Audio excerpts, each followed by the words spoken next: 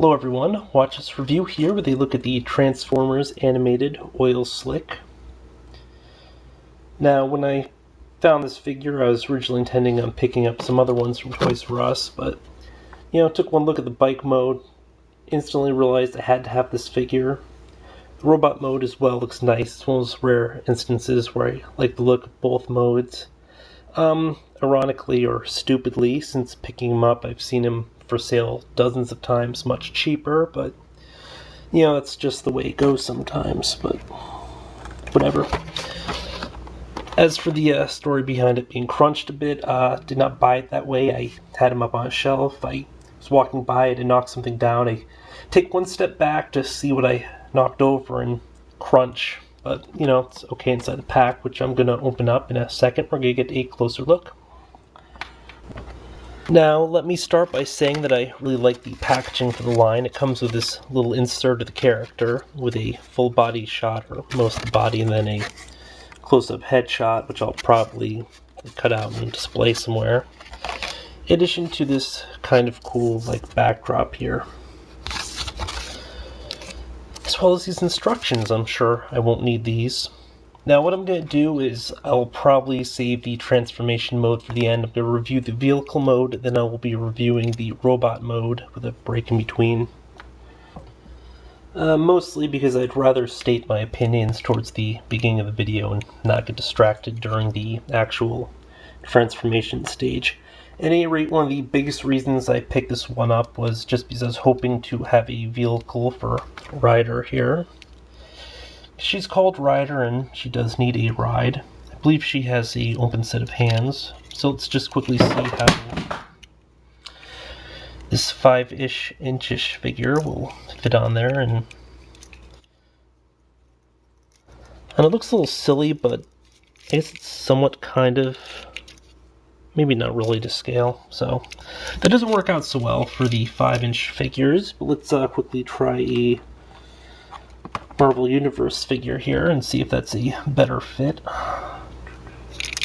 The one problem for display purposes is that there doesn't seem to be any little pad things here where the character would put their feet. But as you can see, this does work a lot better with the 4-inch figures like your G.I. Joes and your Marvel Universes. Unfortunately, does not work with Ryder, which is a significant disappointment, but certainly not the fault of the figure. Let me see what I did with that. There it is. As previously mentioned, I really like the look of the bike mode here. You'll notice it has this awesome ram skull for the, I guess like a hood ornament, although, bikes don't really have hoods. And there are these little spikes running throughout. Now, one of the big things here is the fact it doesn't have a really glossy or metallic finish, but given it comes from the animated series, which I don't really follow, this might be typical of it. I don't think I actually watched any of the animated series offhand, at least this incarnation of it. But as you can see, there is a fair amount of detail. Good use of color, no real variation to speak of, but it works out well, and it definitely has a pretty solid look to it. But there's only so much you can say about a bike. I'm also wondering what the point of this thing here is, but so let's quickly switch it to robot mode and take a look at that. Okay, so that really wasn't too bad of a transformation. I know I've fumbled on some in the past. Now, I neglected to mention it, but the vehicle mode, the wheels do move somewhat. I mean, the front ones weren't moving as nicely as the back ones, but, there definitely is movement. As for the robot mode itself, I definitely like the look of this character. I mean, there's just some strange appeal to it. Might not be for everybody, but it's definitely the kind of sort of offbeat look that I do appreciate. Now, one of the other nice touches is the fact that there's really no backpack or anything. I know that a lot of Transformers and stuff just have these junky areas where when you're moving the parts out, there's this big build-up and it looks fake and everything, but everything does look like it fits really nicely here, so no real issues. It stands very well just because it has these little side portions here to help balance in addition to the back parts. And you can probably pose it pretty well as well, but I mean the one downside with these is that you tend to sort of lack some additional points of where you could add a swivel, which would help facilitate a lot of additional poses, but as you can see, he's very stable, and plus this stupid thing keeps falling off. Folks, I happen to like Transformers, but Transformers hate me. I guess I can't really get a good lean there. It doesn't really rotate as much as I thought, but you know, you can definitely get some really cool poses going on. Now he also comes with these little, I don't know what you'd call them, these little trunk thingies, but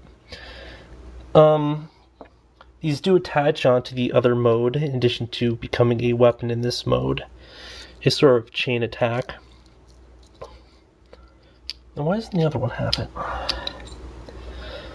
I mean, one looks like it's just like a container or something, and the other one's an actual weapon. I don't know if you're supposed to like store something in here and it's supposed to like splay out at something, but you know,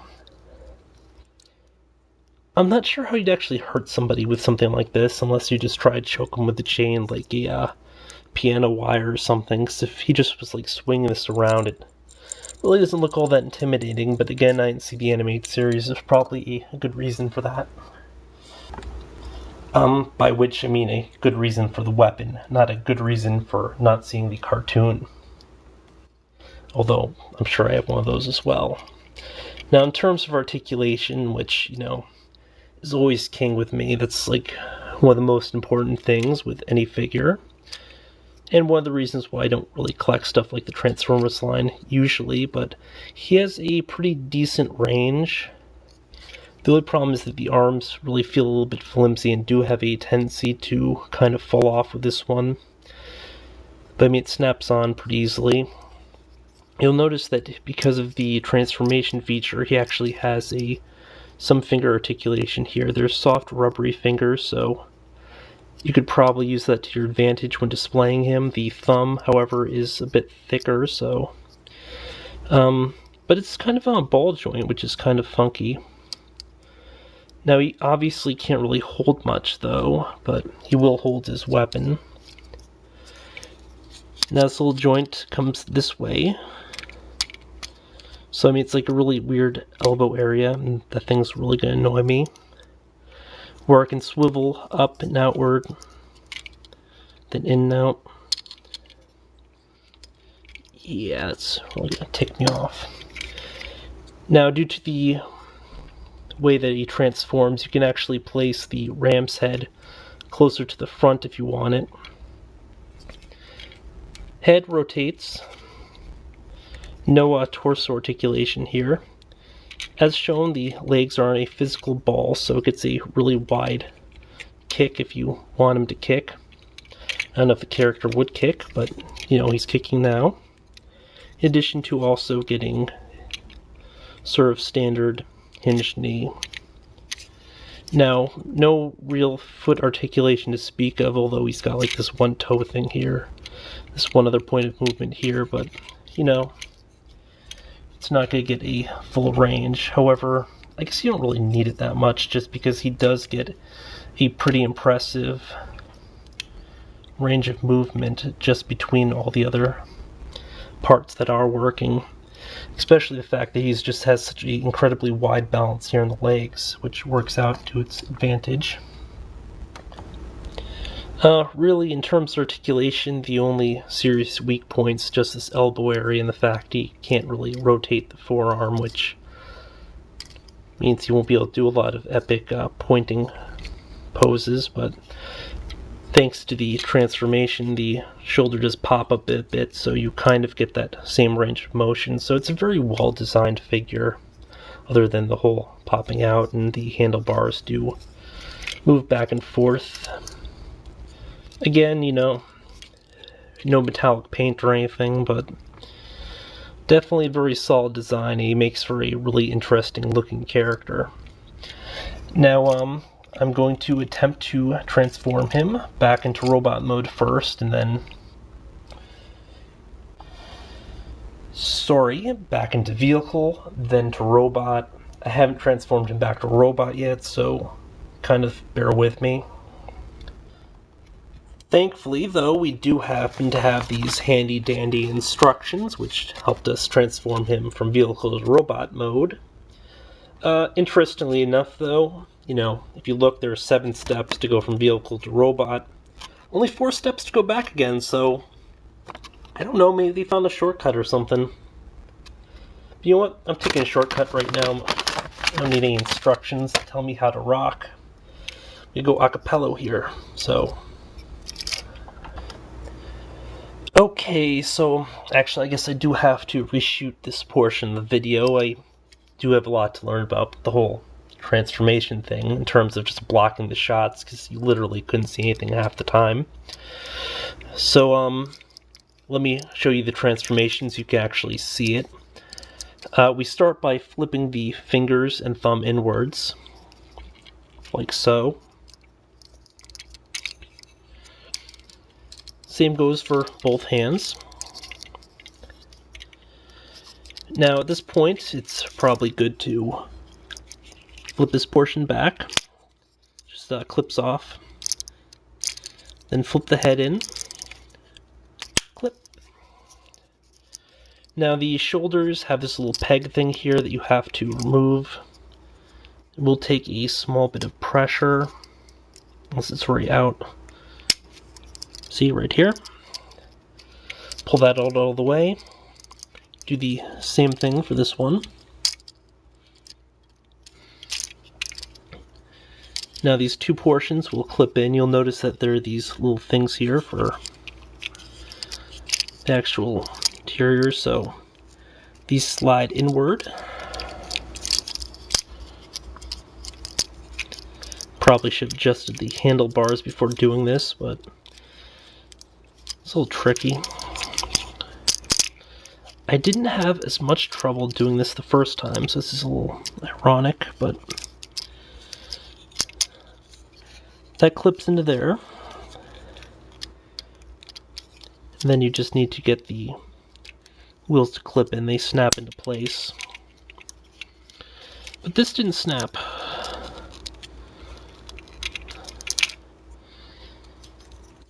I'm not sure how the heck I didn't have any trouble. I guess you have to push this in to get both the inner sides in. I must have done it accidentally and then got it right, and then when I actually try to show people, look like a complete idiot.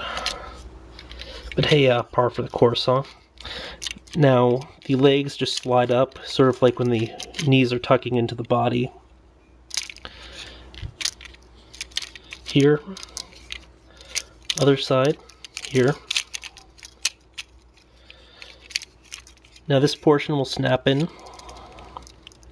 This little peg thing right here, if you'll notice it. You just have to line that up.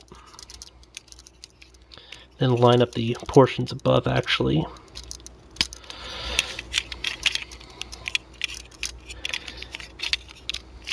Touch this up, and then push this forward to clip it into this spot here.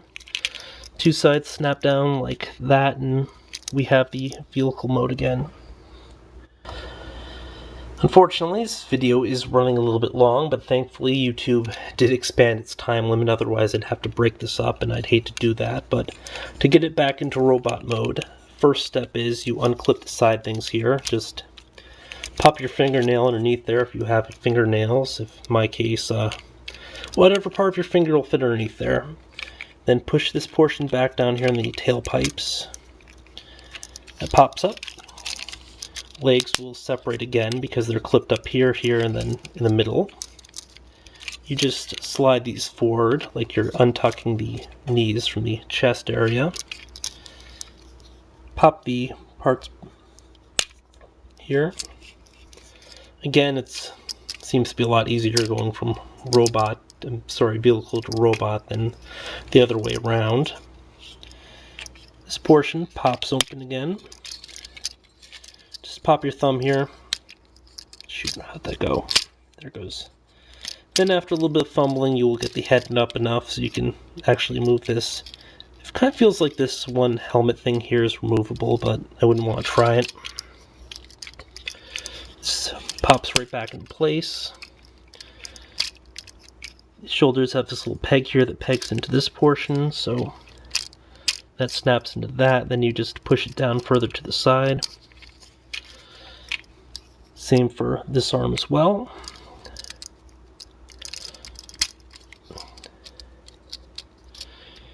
The ram's head does move.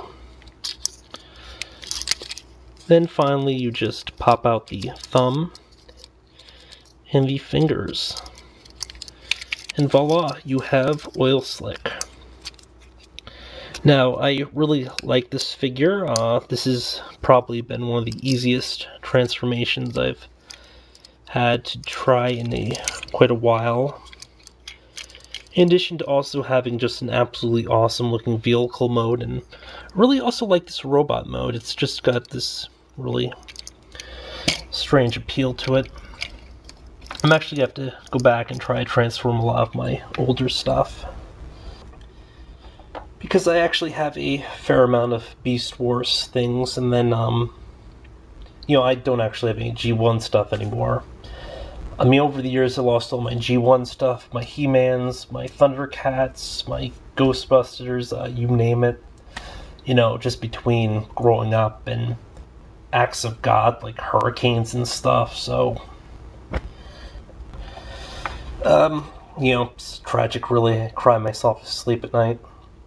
Especially the Teenage Mutant Ninja Turtles. Miss those, but I guess I can always go back and buy new ones, but just never is this quite the same. But at any rate, seriously, like the look of this.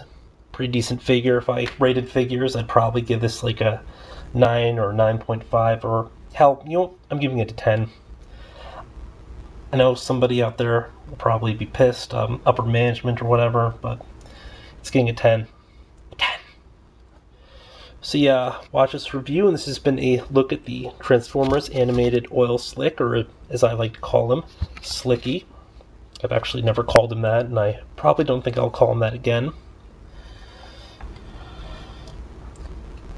So yeah, until next time when I review something else, probably equally weird, but I do have a bunch of Transformers figures I probably will be reviewing. They're still just sitting in pack, so yeah, until next time.